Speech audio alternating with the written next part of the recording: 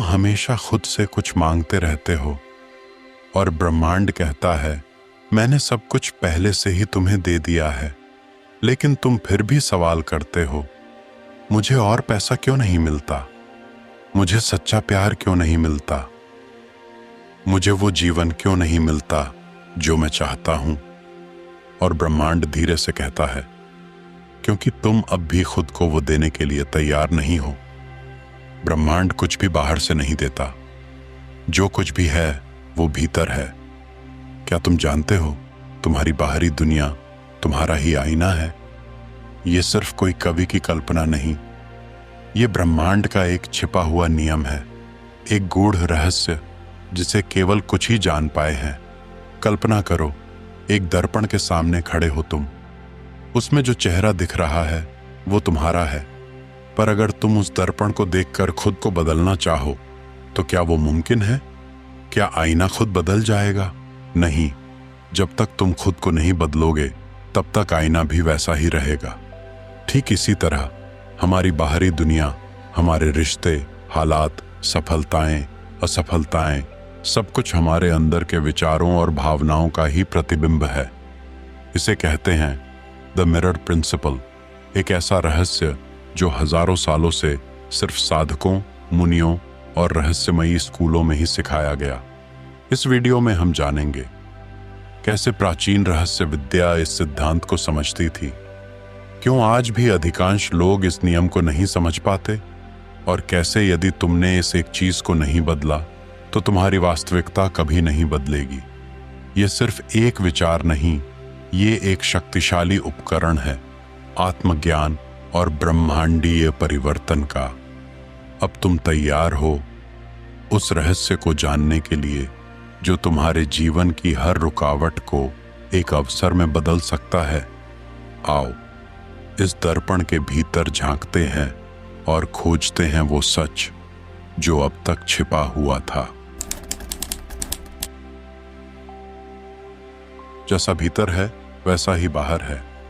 ये वाक्य केवल एक आध्यात्मिक कहावत नहीं, बल्कि हर्मेटिक परंपरा की मूलभूत आधारशिला है। एक गूढ़ ज्ञान परंपरा जो मिस्र, यूनान और भारत की प्राचीन सभ्यताओं में पनपी। मिस्र के रहस्यमयी देवता थोथ को ज्ञान, जादू और ब्रह्मांडीय नियमों का संरक्षक माना जाता था। उन्होंने एमरल्ड टैबलेट्स नामक रहस्यमय शिलालेखों में ब्रह्मांड के 7 नियमों का वर्णन किया। उनमें से एक था the principle of correspondence, as above so below, as within so without. Bharat में भी यही ज्ञान ऋषि पतंजलि के योग सूत्रों, उपनिषदों और अद्वैत वेदांत की शिक्षाओं में गूंजता है। उपनिषदों में कहा गया है योयम आत्मा स ब्रह्म, यह आत्मा ही ब्रह्म है, यानी जब तुम अपने भीतर झांकोगे तभी ब्रह्मांड की सत्यता प्रकट होगी। बुद्ध ने भी इस सिद्धांत को अपने तरीके से बताया, चित्तमेव कारणम, तुम्हारा मन ही तुम्हारी वास्तविकता की जड़ है। लेकिन समय के साथ ये ज्ञान बिखर गया। जब रहस्य विद्यालयें नष्ट हुईं, जब पुस्तकें जला दी गईं और जब पवित्र मंत्र केवल कुछ ही शिष्यों को दिए जाने लगे, तब ये गूढ़ ज्ञान आम जनमानस की पकड़ से बाहर होता चला गया। फिर आया एक युग जहां बाहरी संसार को ही सब कुछ मान लिया गया। विज्ञान ने कहा कि जो दिखता है वही सच है, पर आध्यात्मिक विद्वानों ने हमेशा कहा दिखता वही है जो भीतर होता है। और यही है मिरर प्रिंसिपल, एक ऐसा नियम जो हमें बार बार संकेत देता है कि हम जिस वास्तविकता को देख रहे हैं वो हमारे अंदरूनी कंपन, इनर वाइब्रेशन की छाया मात्र है। जब तुम्हारे भीतर भय होता है तो जीवन डरावना दिखता है। जब तुम्हारे भीतर प्रेम होता है तो जीवन एक चमत्कार बन जाता है। यह ज्ञान अब भी जिंदा है, योगियों की गुफाओं में, तिब्बती मठों में और हर उस आत्मा में जो भीतर की यात्रा पर निकली है। पर क्या तुम तैयार हो इस दर्पण को साफ करने के लिए, ताकि तुम्हें वो सच दिखे जो अब तक धुंधला था? कल्पना करो, तुम एक गुफा में खड़े हो, सामने एक विशाल चमकता हुआ दर्पण है। तुम उसके सामने जो भी करते हो, मुस्कुराते हो, गुस्सा करते हो रोते हो वो सब कुछ वैसा का वैसा प्रतिबिंबित करता है। अब सोचो, अगर तुम दर्पण में किसी चीज को बदलना चाहो तो क्या तुम दर्पण को पोंछोगे या फिर अपने चेहरे को? यही है मिरर प्रिंसिपल की पहली कुंजी। बाहर कुछ भी बदलने से पहले तुम्हें अपने भीतर देखना होगा, क्योंकि तुम्हारी बाहरी दुनिया तुम्हारे आंतरिक संसार का एक रिफ्लेक्शन है। हर इंसान, हर परिस्थिति, हर अनुभव तुम्हारे ही चेतन और अवचेतन विचारों का प्रतिबिंब है।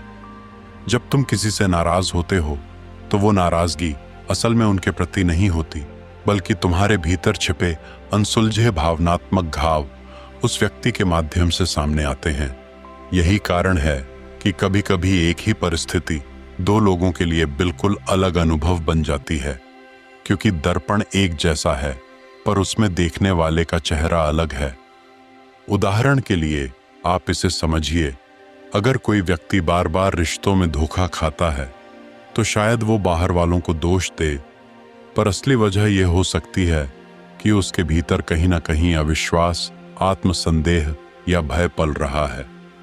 वो जो भीतर विश्वास नहीं कर पाता, बाहर भी उसे भरोसा तोड़ने वाले लोग ही मिलते हैं। मिरर प्रिंसिपल कहता है, बाहरी दुनिया कोई सजा नहीं देती बल्कि शिक्षा देती है। हर टकराव, हर संघर्ष, हर असुविधा एक संकेत है कि तुम्हारे भीतर कुछ ऐसा है जिसे देखा जाना, स्वीकार किया जाना और बदला जाना है।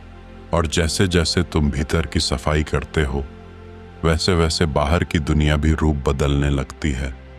लेकिन ये प्रक्रिया तर्क से नहीं, जागरूकता से शुरू होती है। अब आप ये सोचो कि क्या तुम्हारी वर्तमान स्थिति वास्तव में तुम्हारी सोच, तुम्हारे विश्वासों और तुम्हारी भावनाओं का आईना है? या तुम वही देख रहे हो जो सच में है, या फिर जो तुम अपने भीतर मानते हो? जैसा भीतर वैसा बाहर, यह सिर्फ एक आध्यात्मिक कहावत नहीं है, बल्कि ब्रह्मांड का एक मौलिक नियम है, जिसे हर्मेटिक दर्शन में कहा गया है, as within so without, as above so below. यह प्रिंसिपल केवल दार्शनिक नहीं, बल्कि ऊर्जा के स्तर पर भी कार्य करता है। अब सोचो, ब्रह्मांड में हर चीज कंपन पर आधारित है। तुम्हारे विचार, भावनाएं और विश्वास, ये सब सूक्ष्म ऊर्जा कंपन है जो तुम्हारे चारों ओर एक आभा मंडल बनाते हैं। और यही आभा मंडल ब्रह्मांड में संदेश भेजता है, मुझे यही अनुभव दो जो मेरे भीतर मौजूद है। अगर तुम्हारे भीतर बार बार भय, अभाव या हीनता का कंपन है, तो ब्रह्मांड वैसी ही परिस्थितियां तुम्हारे जीवन में लाता है, जैसे एक चुंबक जो वैसी ऊर्जा को ही आकर्षित करता है। मिरर प्रिंसिपल यही सिखाता है कि ब्रह्मांड कोई सजा देने वाली सत्ता नहीं है, बल्कि एक सटीक और निष्पक्ष दर्पण है। अब एक रहस्य की बात सुन लो। प्राचीन मिस्र की एजोटेरिक परंपरा में हॉल ऑफ मिरर्स का जिक्र आता है, जहां आत्मा मृत्यु के बाद एक दर्पण से होकर गुजरती है और उसे उसका सच्चा स्वरूप दिखाया जाता है, न कि वो जो उसने जीवन में सोचा था। इसका गहरा अर्थ है, जो तुम हो वही तुम्हारे सामने आएगा, न ज्यादा न कम। अब जरा इसे जीवन में घटने वाली घटनाओं से जोड़ो। कभी किसी ने तुम्हें नजरअंदाज किया, शायद तुमने भी कभी अपने भीतर की आवाज को नजरअंदाज किया था। कभी किसी ने तुम्हारे साथ अन्याय किया, शायद तुमने भी खुद के साथ कठोरता बरती थी, अपने भीतर के प्रेम को, अपनी सहजता को दबा दिया था। मिरर प्रिंसिपल की सबसे रहस्यमयी बात यह है कि यह न सिर्फ व्यक्तिगत स्तर पर काम करता है, बल्कि सामूहिक चेतना पर भी। जब एक समाज डर, लालच या घृणा से भर जाता है, तो सामूहिक रूप से वो वही घटनाएं पैदा करता है, जैसे कि युद्ध, विघटन और अवसाद। इसीलिए प्राचीन संतों ने हमेशा कहा, अपने भीतर के युद्ध को शांत करो, बाहर का संसार भी शांत हो जाएगा। अब जरा रुको और गहराई से सोचो, क्या तुम्हारे जीवन में जो भी घट रहा है वो तुम्हारा प्रतिबिंब हो सकता है? क्या तुम उस दर्पण को दोष दे रहे हो जिसमें बस वही दिखता है जो तुम हो?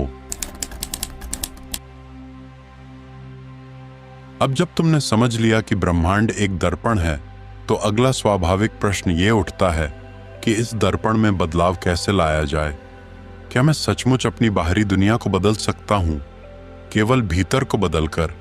उत्तर है हाँ, लेकिन इसके लिए जरूरी है भीतर की क्रांति को जगाना।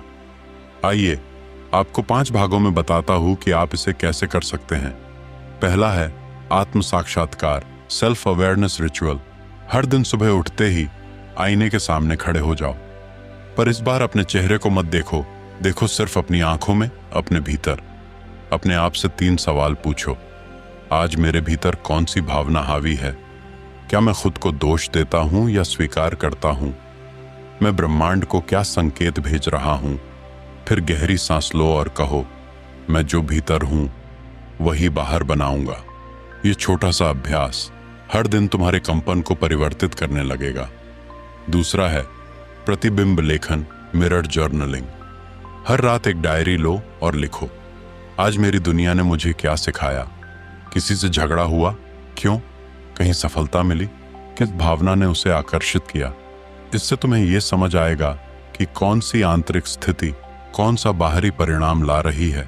तीसरा है ऊर्जा शुद्धि, वाइब्रेशन क्लिंजिंग। अपने ऊर्जा स्तर को ऊंचा करने के लिए यह सरल अभ्यास करो। रोज कम से कम 5 मिनट ओम का उच्चारण करो। ओम कंपन को शुद्ध करता है और भीतर संतुलन लाता है। पानी पीते समय उसमें प्रेम और शांति का भाव डालो। हाँ, ये अजीब लगे, लेकिन पानी भावनाएं ग्रहण करता है। जापान के मशहूर डॉक्टर मसरू एमोटो के प्रयोग इसका प्रमाण है। चौथा है भावनात्मक पुनर्प्रोग्रामिंग, इमोशनल रीप्रोग्रामिंग। जब भी नकारात्मक भावना उठे, जैसे क्रोध, भय या हीनता, तुरंत आंखें बंद करके अपने दिल पर हाथ रखो और कहो, मैं तुम्हें देखता हूं, स्वीकार करता हूं और मुक्त करता हूं। इससे तुम्हारा अवचेतन यह सीखता है कि भावनाओं से लड़ना नहीं, बल्कि उन्हें प्रेम पूर्वक छोड़ना है। और अंतिम है चेतना का पुनः संयोजन, रिफ्रेमिंग रियलिटी। हर बार जब तुम्हें लगे कि मेरे साथ यह क्यों हो रहा है, उस विचार को बदलकर कहो, मेरे भीतर क्या है जो इसे आकर्षित कर रहा है। यह वाक्य तुम्हें पीड़ित की स्थिति से सर्जक की स्थिति में लाता है। इन विधियों का अभ्यास करने से धीरे धीरे तुम देखोगे कि लोग बदल रहे हैं, परिस्थितियां बदल रही हैं और सबसे अहम, तुम बदल रहे हो। पर याद रखो, यह बदलाव अचानक नहीं होगा। यह एक साधना है, एक तप है। दर्पण साफ करना है तो हर दिन सफाई करनी होगी, भीतर की धूल हटानी होगी। और जब यह दर्पण एकदम साफ हो जाएगा, तब तुम देखोगे अपना वास्तविक रूप, और वो ब्रह्मांड जो तुम्हारी चेतना का विस्तार है। तो अब जब आपने द मिरर प्रिंसिपल की गहराई को छू लिया है, एक बात सदा याद रखना, ब्रह्मांड बाहर नहीं, तुम्हारे भीतर है। जो तुम सोचते हो, जो तुम महसूस करते हो, वही रूप लेता है इस संसार में।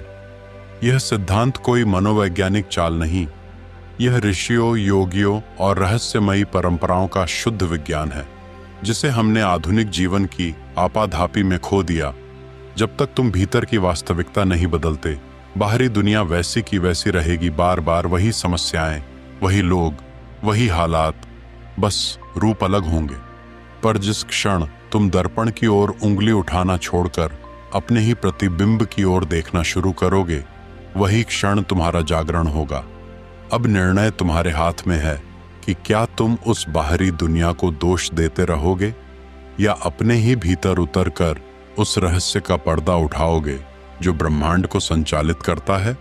बदलाव बाहर नहीं, भीतर होता है, और जब भीतर बदलेगा तो दर्पण भी मुस्कुराएगा।